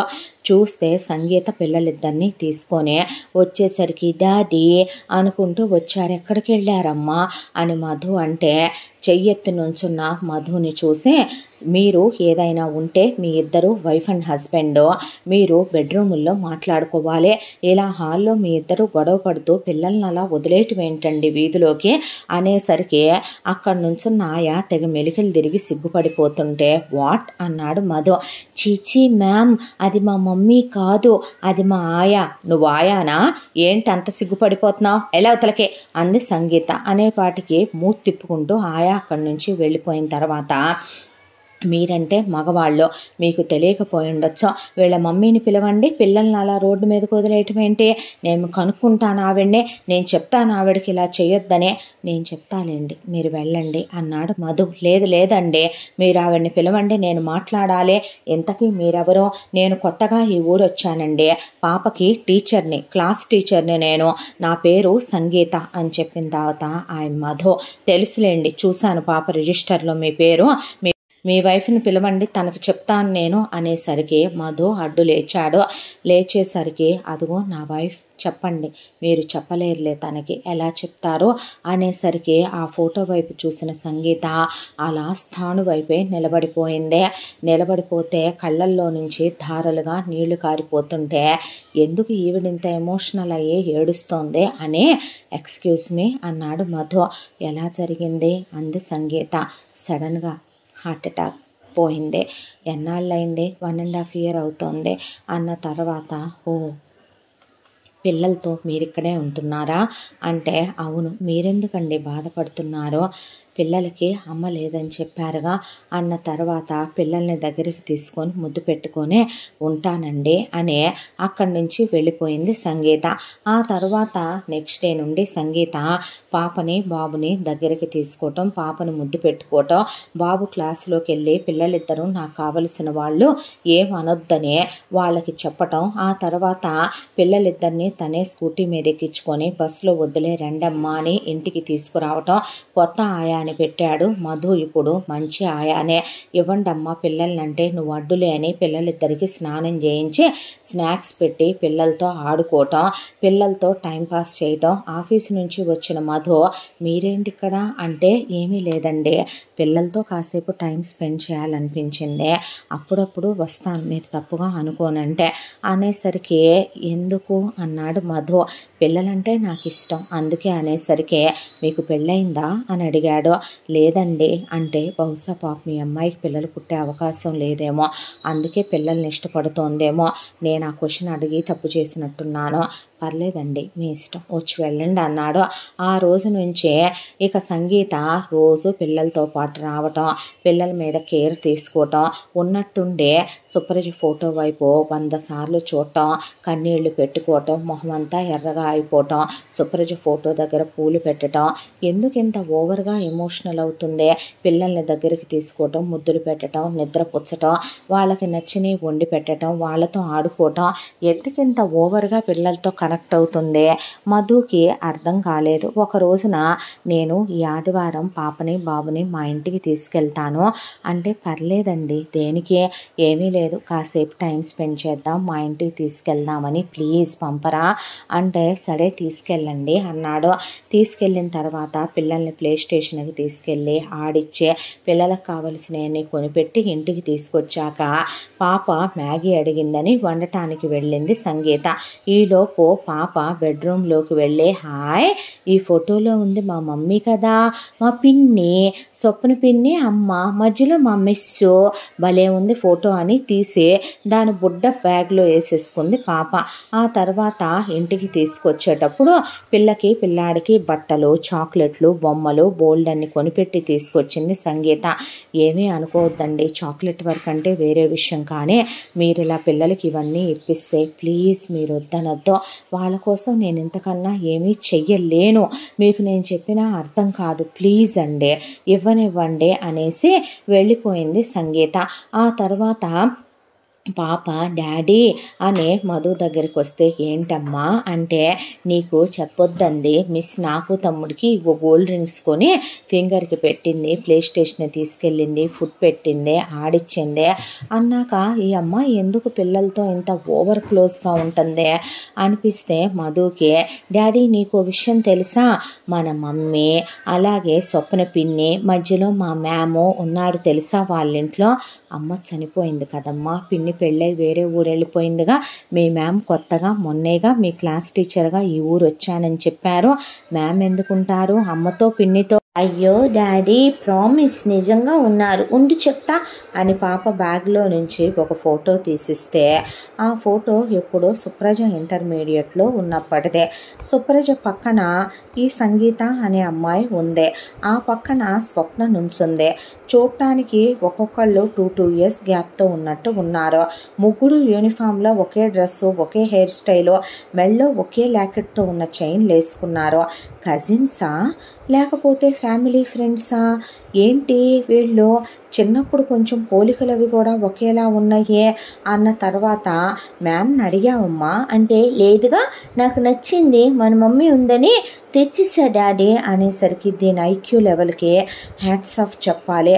వాళ్ళమ్మ అంత చిన్నగా ఉన్నప్పుడు ఫోటో కూడా స్వప్నని వాళ్ళమ్మని ఇదంతా కనుక్కుందంటే, అవునులే వాళ్ళ ఫీచర్స్ ఏం పెద్దగా మారలేదుగా అని ఆ ఫోటో అలాగే పట్టుకొని కూర్చొని రాణి రేపు కనుక్కుందామని నెక్స్ట్ డే సంగీత్ వచ్చింది. వచ్చి పిల్లలతో ఆడుకున్నాక ఉంటానండి అన్నాక, ఒక్క నిమిషం ఎవరు నువ్వు అని అడిగాడు మధు. ఎవరేంటి? పాపకి టీచర్నే. నేను అడిగింది ఇప్పుడు నువ్వు ఎవరు అని కాదు, నీకు సుప్రజకి సంబంధం ఏంటి, నీకు స్వప్నకి సంబంధం ఏంటి అంటే, ఇప్పుడు ఆ విషయాలన్నీ ఎందుకు అన్న తర్వాత ఫోటో చూపించి, ఏంటిదంతా, నువ్వేమవుతావు నా వైఫ్కే, నువ్వు కజిన్వా లేకపోతే రిలేటివ్వా ఫ్రెండ్వా? ఎందుకు నువ్వు సుప్రజ ఫోటో చూసి ఏడుస్తున్నావు, పిల్లలతో క్లోజ్గా ఉంటున్నావు, పిల్లలకు అవి ఇవి అని కొనిపెడుతున్నావు, పిల్లలకు అన్ని సపర్యలు చేస్తున్నావు, పిల్లలతో హోంవర్క్లు కూడా స్కూల్లోనే చేయిస్తున్నావు, పిల్లల్ని స్కూల్లో ఏమనొద్దని చెప్పావంట, అలాగే పిల్లల్ని మీ ఇంటికి తీసుకెళ్తున్నావు, ప్లే స్టేషన్ తీసుకెళ్తున్నావు. ఎప్పటి నుంచి ఏంటి టీచర్లు స్టూడెంట్లకి గోల్డ్ రింగ్స్ ప్రజెంట్ చేస్తున్నారు? మన ఇండియా అంత డెవలప్ అవ్వలేదని నాకు తెలుసులే, కానీ ఒకసారి నిజం చెప్పు అని అడిగాడు మధు. అడిగేసరికి ఏమని చెప్పను, నీ భార్య సుప్రజకే నేను చెల్లెళ్ళని చెప్పనా బావా, లేదంటే స్వప్నకి అక్కనని చెప్పనా బావా అని అడిగేపాటికి, వాట్ అంటే, మేము మా అమ్మ నాన్నలకి 3 కూతుళ్ళం, సుప్రజ స్వప్న 2 మాత్రమే కాదు. అక్క నీతో చెప్పుండదులే, చెప్పకపోవటానికి కారణం ఏంటో నేను ఊహించగలను. మా అక్కతో మా చెల్లితో నేను చచ్చానని మా అమ్మ నాన్నలు వాళ్ళ మీద ఒట్టేయించుకొని ప్రమాణాలు చేయించుకున్నారంట. పిచ్చిది మా అక్క, అందుకే నీ దగ్గర ఆ విషయం చెప్పలేదేమో. మా అమ్మ నాన్నలకి మేము 3 కూతుళ్ళం బావా. చిన్నప్పటి నుంచే వాళ్ళు పెట్టే నరకాల మధ్య వాళ్ళ శాసనాల మధ్య పెరిగి పెద్దవాళ్ళమయ్యాం. 3 ఒకే డ్రెస్ వేసుకుని ఒకే జడేసుకొని ఒకేలా ఉండాలి. వాళ్ళు చదువుకోమన్నంత చదువుకోవాలి. నాకు మొదటి నుంచి చదువు తలకెక్కదో, నాట్యం నేర్చుకోవాలనుకున్నాను. గజ్జెలు ఊడిపోయిందాకా మా అమ్మ కొట్టింది నన్ను. సంగీతం నేర్చుకోవాలనుకున్నాను. తాట ఊడిపోయిందాకా కొట్టి ఒళ్ళంతా వాతలేసే బెల్ట్లు పీస్ అయిందాకా కొట్టాడు మా నాన్న. ఆ తర్వాత అక్క కాస్త బాగా చదువుద్ది, దానికి చదువు వంట పట్టుద్ది. స్వప్నకి చదువు రాకపోయినా భయంతో అది నిద్రాహారాలు మానేసి చదువైనా మార్కులు తెచ్చుకుంటుంది. అంత తెచ్చుకున్న వాళ్ళనే చావు కొట్టేసేవాళ్ళు అమ్మ నాన్న. మాకు ఒక్కొక్కళ్ళకి 2 సంవత్సరాల గ్యాప్. అక్కకి ఎలాగో 10th అయిపోయి అక్క ఇంటర్కి వచ్చేసిందే. ఆ తర్వాత నేను 10th, స్వప్న 8th. దాంతో 10th ఒకవైపున స్కూల్లో చదువుతుంటే మాతో ఓవర్ స్ట్రిక్ట్గా ఉండమని టీచర్లకి సార్లకి చెప్తే ఒకవైపున వాళ్ళు నరకం చూపించేవాళ్ళు. వాళ్ళు చెప్పేది తలకెక్కేది కాదు, అర్థమయ్యేలా దగ్గరికి తీసుకొని చెప్పలేని మృగాలవి. ఇక ఇంటికి వస్తే మా అమ్మ నాన్న పట్టించుకోరు. పాపం అక్క దగ్గర కూర్చోబెట్టుకొని చదివిచ్చేదే. పేరుకి అక్క అన్న మాటే కానీ నన్ను చెల్లిని కన్న తల్లిలా చూసేదే. మాకు జల్లేయటం, అమ్మా నాన్నని చూడకుండా తినేవి పెట్టడం, మమ్మల్ని దగ్గరికి తీసుకొని పడుకోబెట్టుకోవటం. అక్క చెల్లెళ్ళు 3 మేము చాలా క్లోజ్గా ఉండేవాళ్ళం. ఒకే గదిలో పడుకునేవాళ్ళం. అక్క తన పళ్ళెంలో తీసి పెట్టేదే, తన తల్లో పూలు తుంపి నాకు చెల్లికి పెట్టేదే. అక్కకి మేమంటే చచ్చేంత ప్రాణం, చచ్చేంత ఇష్టం. దగ్గర కూర్చోబెట్టుకొని చదివిచ్చే అది మాకు అక్క కాదు అమ్మ అనుకునేవాళ్ళం. 10th క్లాసు రిజల్ట్స్ వచ్చినాయి. ఆ రోజున నేను కంప్లీట్గా ఫెయిల్ అయిపోయాను. దానికి కారణం అమ్మా నాన్న పెట్టిన టార్చర్లకే నా బుర్రకి చదువు ఎక్కలేదు. భయంతో చదివినవేవి గుర్తు రాలేదు. ఏదో రాసేసాను ఎగ్జామ్, కంప్లీట్గా ఫెయిల్ అయ్యాను. ఆ విషయం తెలిస్తే వీళ్ళు చంపేస్తారని భయం వేసింది బావా. అక్కకి చెల్లికి చెప్తే బయటికి వెళ్ళి నేను ఎలా బ్రతుకుతానేమైపోతానని అక్క వెళ్ళనివ్వదు. చెల్లి ఏడుస్తుంది కాబట్టి ఇంట్లో ఎవరికీ చెప్పకుండా నా 4 బట్టల జతలు తీసుకొని ఆ తర్వాత నేను దేవుడి దగ్గర ముంతలో వేసిన డబ్బులు ముంత పగలగొట్టి తీసుకొని పారిపోయి వెళుతున్న రన్నింగ్ ట్రైన్ ఎక్కేశాను. ఎక్కటమైతే ఎక్కాను కానీ కొంత దూరం వెళ్ళాక భయం వేసిందే. జనం ఎక్కుతున్నారు, దిగుతున్నారు. నా వయసు 16. ఎవరైనా ఏమైనా చేసినా దిక్కులేదు. వెనక్కి వెళ్తే కొట్టి చంపేస్తారనే భయం. పోనీ చచ్చిపోదాం అనుకున్నాను. అదే టైంకి ఎవరో తెలియదు ఒక బామ్మ ట్రైన్లో ఎక్కిందే. నేను బిక్కుబిక్కుమంటూ ఉండటం చూసే ఎవరమ్మా ఏంటని అడిగితే జరిగింది చెప్పాను. ఇంకొకళ్ళైతే నమ్మరు, వాళ్ళతో తీసుకెళ్ళరు. కానీ ఆవిడ నాతో వస్తావమ్మా, నాకెవ్వరూ లేరని తీసుకెళ్ళింది. ఆ బామ్మకి పిల్లలు అమెరికా వెళ్ళి ఆవిడని వదిలేశారు. తాతగారు చనిపోతే ఆవిడ కాశీకి వెళ్ళి ఆయన అస్థికలు కలిపి వస్తూ నేను కనిపించాను ఆవిడకి. ఆ తర్వాత ఆవిడకి ఒంట్లో బాగుండేది కాదు. నేను ఆవిడకి సపర్యలు చేస్తూ ఆవిడ మనవరాలనయ్యాను. ఆ తర్వాత ఆవిడే నన్ను ప్రశాంతంగా 10th రాయించిందే. యావరేజ్ మార్కులతోనే, బట్ 10th అయితే పాస్ అయ్యాను. ఆ తర్వాత ఇంటరు, డిగ్రీ కంప్లీట్ చేశాను.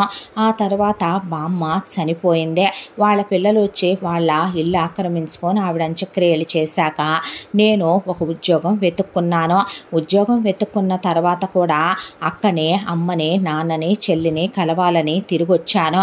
వీళ్ళంతకు ముందు ఉండే ఇల్లు ఖాళీ చేశారని మాకు తెలిసిన పక్కింటి ఆంటీ వాళ్ళు అక్కడుంటే ఆవిడ దగ్గరికి వెళ్ళి బాగున్నారా ఆంటీ, అక్క చెల్లి ఎలా ఉన్నారు అని అడిగితే మీ అక్కకి పెళ్ళయిందమ్మా, మీ అక్కకి రీసెంట్గానే పాప బాబు కూడా పుట్టారు అని చెప్తే చూద్దామని నా ప్రాణం కొట్టుకులాడిందే.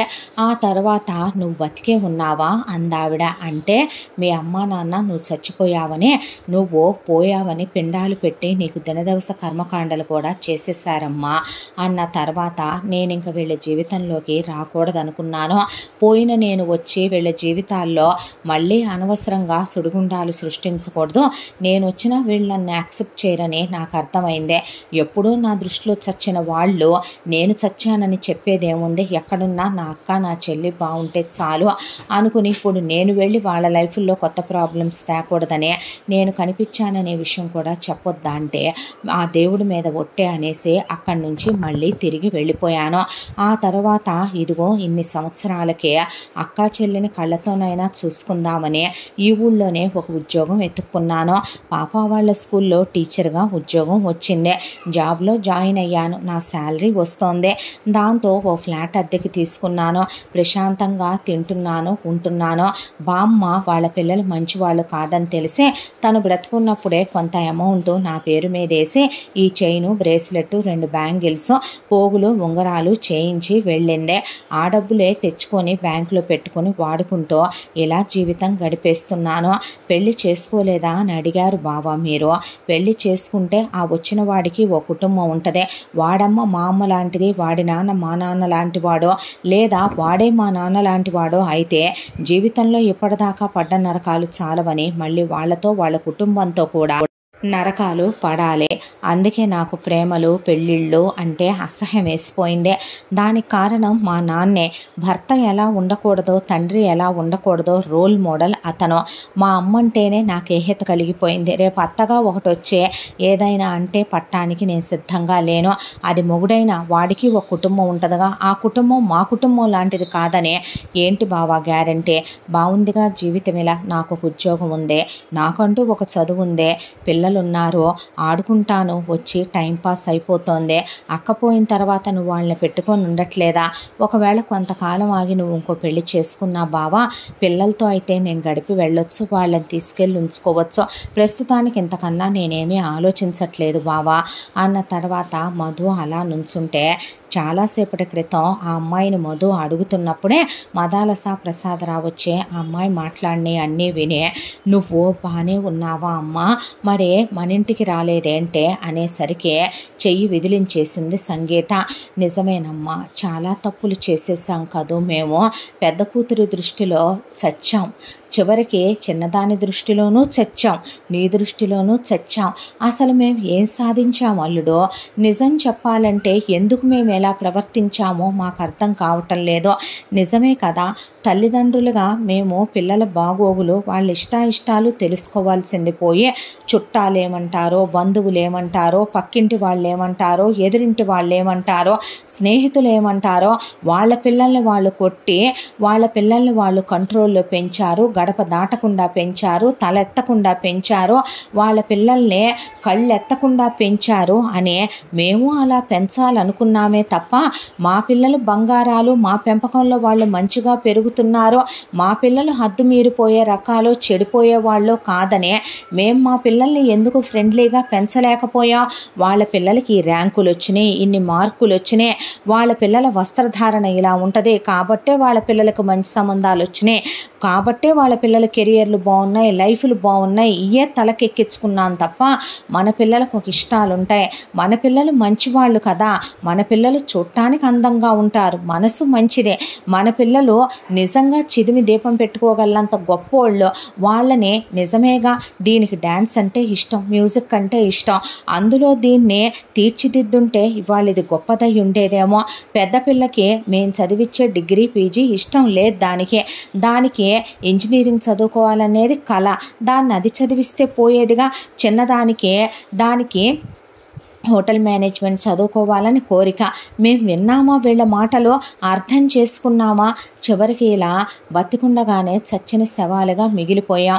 మమ్మల్ని క్షమించమ్మా, నీ కాళ్ళు పట్టుకుంటాం, ఎటు అది వెళ్ళిపోయిందే, పిల్లల్ని అనాథల్ని చేసి అల్లుడిని వదిలేసి పోతూ కూడా మమ్మల్ని శపించే పోయిందేమోనమ్మా, చిన్నదే మమ్మల్ని వదిలేసి అబ్బాయిని పెళ్లి చేసుకొని వెళ్ళిపోయిందే, నువ్వన్నా రావే మా దగ్గర ఉందుగానే అంటే వద్దని ఆ అమ్మాయి చేయి విదిలించేసి వస్తాను బావా అని అక్కడి నుంచి వెళ్ళిపోయింది.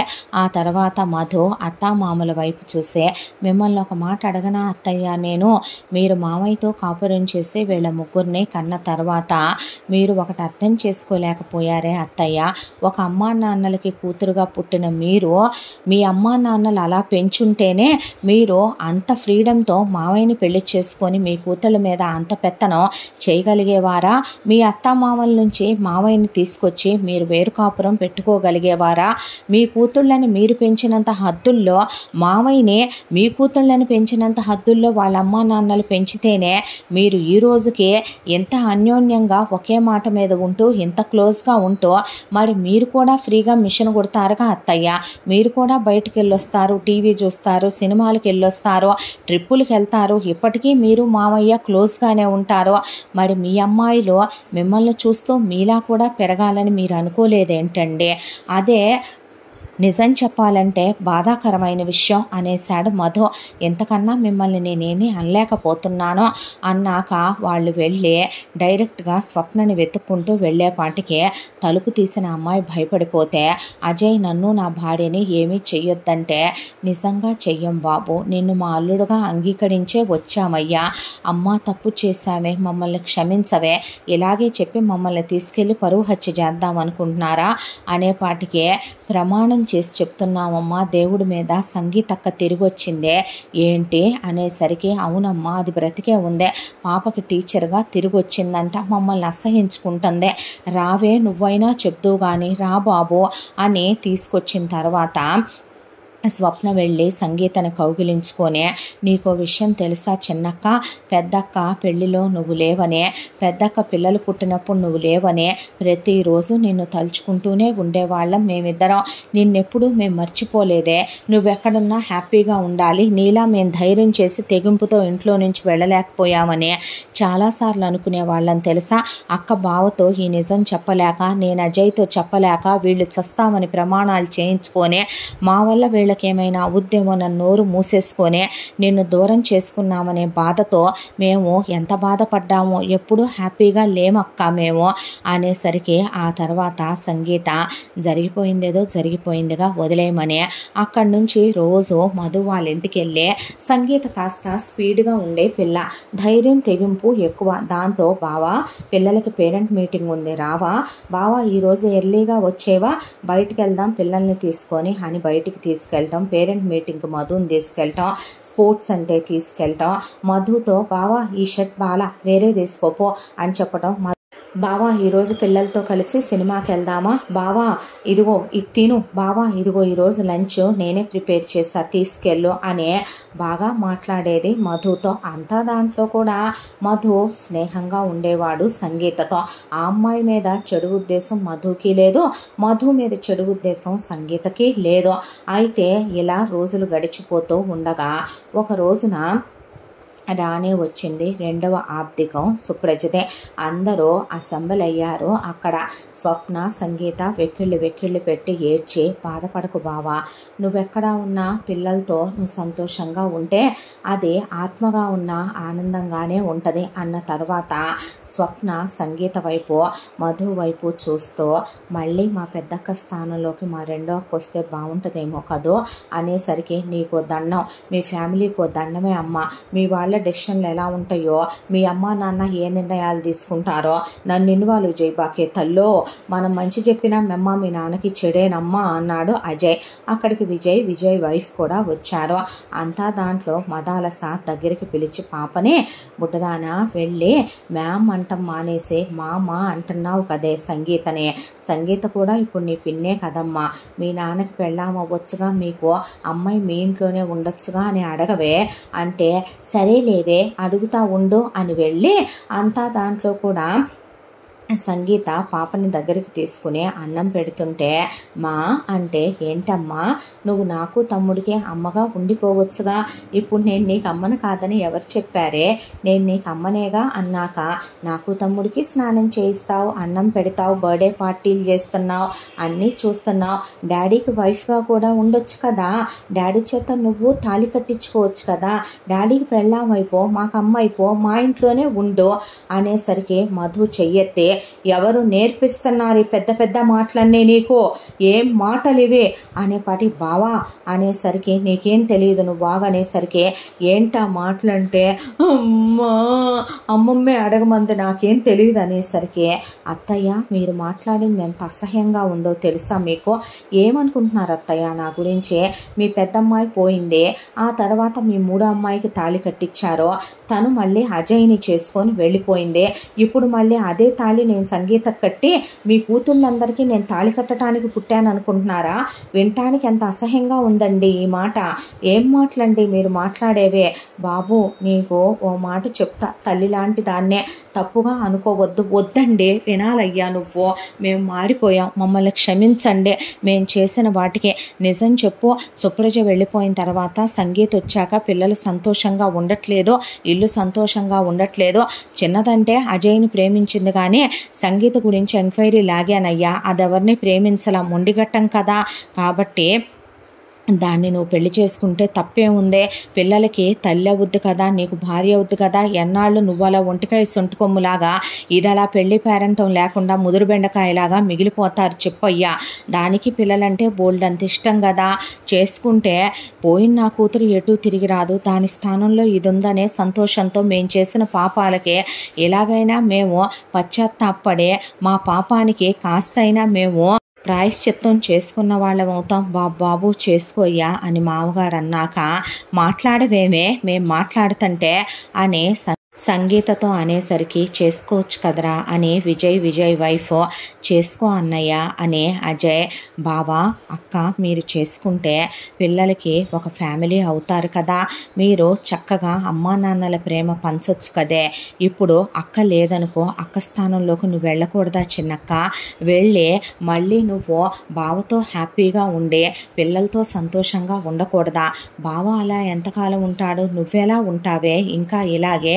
పిల్లలకి అమ్మ అవసరం నాన్న అవసరం లేదంటారా చెప్పండి, బావా నా లైఫ్ నాశనం అయిపోద్దేమోనని నాకు అన్న స్థానంలో తండ్రి స్థానంలో ఉండే అజయ్కి ఇచ్చి పెళ్లి చేసావు, హ్యాపీగా చూసుకోమని చెప్పావు, లైఫ్ సెక్యూరిటీకే నాకు పెద్ద అమౌంట్ చెక్ రూపంలో ఇచ్చావు, మరి నీలాంటి దేవుడి లైఫ్ ఇలా ఉండిపోకూడదు బావా, మా రెండో అక్క మా పెద్దక్క లాగానే చాలా చాలా మంచిదే, పిల్లలు కూడా దాన్ని ఇష్టపడుతున్నారు, పెళ్లి చేసుకోవచ్చుగా బావా అని స్వప్న అడిగాక, మేమిద్దరం మాట్లాడుకొని ఒక నిర్ణయానికి రావాలి అని ఇద్దరు బయట కలిసిన తర్వాత, నాకెందుకో ఇది కరెక్ట్ అనిపించట్లేదు సంగీత అన్నాడు మధు. ఎందుకు కరెక్ట్ అనిపించట్లేదు బావా, నేను నీకు పర్సనల్గా కూడా నిజంగా నచ్చకపోతే వద్దు. అలా కాకుండా మనకంటూ ఒక ప్రైవేట్ లైఫ్, ప్రైవేట్ స్పేస్ అనేది ఉంటుంది. పిల్లలకి నేను అమ్మగా ఉంటా. నాకు పిల్లల్ని కనాలని కూడా లేదు. ఎందుకంటే వాళ్ళు నా అక్క పిల్లలని నేను అనుకోవట్లేదు. వాళ్ళు నా పిల్లలనే అనుకుంటున్నాను. చూడు బావా, నువ్వంటే నాకు ఒక అభిమానం, గౌరవం ఉన్నాయే. నువ్వు ఒక మంచి మనిషిగా నాకు చాలా ఇష్టం. మనం ఇద్దరం కలిస్తే లైఫ్ లాంగ్ హ్యాపీగా ఉండగలం అనే నమ్మకం నీకుంటే, నా మీద ఇష్టం కాదు ప్రేమ ఉంటే మనిద్దరం స్టెప్ తీసుకొని పెళ్లి చేసుకుందాం బావా.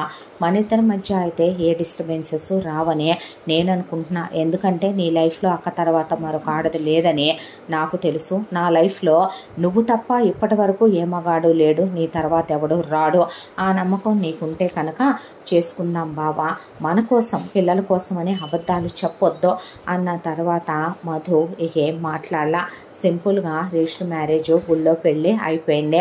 ఆ తర్వాత సంగీత, మధు హ్యాపీగా ఫస్ట్ నైట్లు అయిపోయి కాపురం పెట్టుకున్నారు. పిల్లల్ని సంగీత సొంత బిడ్డల్లా చూసుకుంటుంది. ఆ విషయంలో అసలు ఎలాంటి ఆరమరికలు, పొరపచ్చాలు లేవో. మధుని చాలా సంతోషంగా చూసుకుంటుంది. పోయిన కూతురు ఎటు తిరిగి రాదో. పోయిన అమ్మాయి మనసు చాలా గాయపరిచామో. ఇప్పుడు రెండో కూతురు, మూడో కూతురు అయినా సంతోషంగా ఉన్నారు.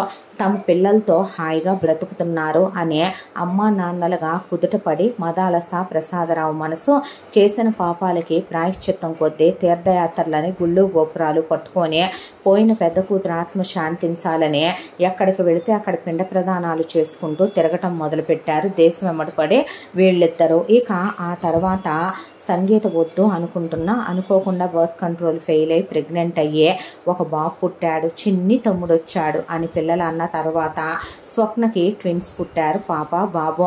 ఆ తర్వాత హ్యాపీగా వీళ్ళ లైఫ్లో సెటిల్ అయిపోవటం చూసే మదాలస ప్రసాదరావు మనసు కూడా కుదుట పడింది. మాట వరుసకైనా సంగీత ఏ రోజు మధు మనసు బాధ పెట్టదో. పోయిన సుప్రజనే మర్చిపో అని ఎప్పుడూ చెప్పదు. ఆమెను మరిపించేలా ఉంటుంది సంగీత బిహేవియరు. పిల్లల్ని కూడా మీ నాన్న మొత్తానికి ముగ్గురికి నాన్న అయిపోయాడమ్మా, నన్ను ముగ్గురికి అమ్మని చేసేసాడు, మామూలు తంటాలు కాదే మీతో అంట తప్ప ఎప్పుడూ మీరు వేరే, మీ అమ్మ వేరే, నేను వేరే అని ఎప్పుడూ అనదు పిల్లలతో. సొంత చెల్లెల్ని కూడా కూతుర్లానే చూసుకుంటుంది సంగీత. అమ్మ నాన్నలు చేసిన తప్పుకి వాళ్లే అంత ప్రాయశ్చిత్తం పడుతున్నప్పుడు ఇంకా వాళ్ళని ఏం బాధ పెడతాం అనే దాంతో ఒక అల్లుడు మా దగ్గరకు వచ్చి ఉండండి అంటే ఇంకో అల్లుడు మా దగ్గరకు వచ్చి ఉండమంటే కాదులే అని బుద్ధి వచ్చిందని ఒక 6 నెలలు సంగీతతో, ఒక 6 నెలలు స్వప్నతో, పెద్దల్లుడు మంచోడు, రెండో అల్లుడు అమాయకుడు, ఇలా అటు ఇటు ఉంటూ హ్యాపీగా పిల్లల బాగోగులు చూసుకుంటూ విజయ్ వైఫ్ కూడా మొత్తానికి వీళ్ళ లైఫ్లు ప్రశాంతంగా సెటిల్ అయ్యాయనే హ్యాపీగా ఫీల్ అయ్యారు. ఇంతటితో ఈ కథ పూర్తి. మళ్ళీ మరొక మంచి కథతో కలుసుకుందాం. తప్పకుండా మన ఛానల్ని లైక్ చేయండి, షేర్ చేయండి, సబ్స్క్రైబ్ చేయండి, బెల్ ఐకాన్ క్లిక్ చేసి ఆల్ అనే బటన్ని ప్రెస్ చేయడం మర్చిపోకండి. ఎంత మంచి కథను మనకు అందించిన కథా రచయిత్రి సాయి లలిత గారు మరో మంచి కథతో తప్పకుండా కలుసుకుందాం. Thank you so much.